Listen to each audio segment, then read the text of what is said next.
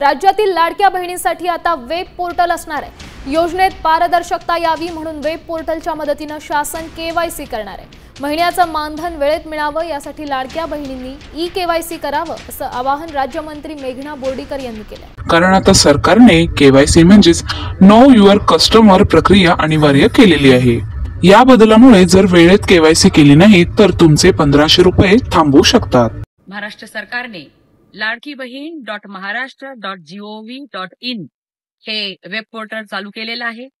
या वेब पोर्टलवर सर्व लाडक्या बहिणींनी येत्या 2 महिन्यामध्ये ई-केवायसी करून घ्यावी, जेणेकरून आपले दर महिन्याचे लाडक्या बहिणींचे हप्ते हे वेळेच्या वेळी खात्यामध्ये पडतील व आपल्याला पारदर्शकता राहील।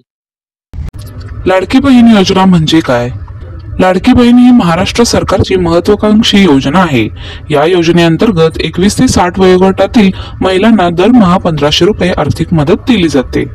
ही केवायसी अनिवार्य आहे का ते पाहूया। अलीकडेच अनेक ठिकाणी बनावट अर्ज, चुकीची माहिती आणि डुप्लिकेट अकाउंटची तक्रारी समोर आल्या आहेत।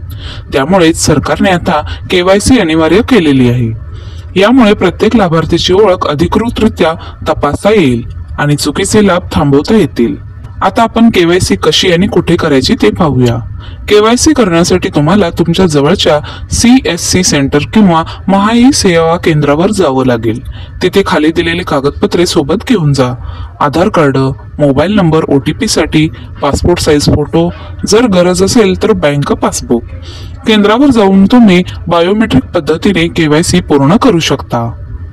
आणि महत्त्वाची सूचना आणि शेवटचा सल्ला आहे, एक लक्षात ठेवा, जर तुम्ही केवायसी केली नाही तर पुढच्या महिन्यापासून पैसे थांबू शकतात।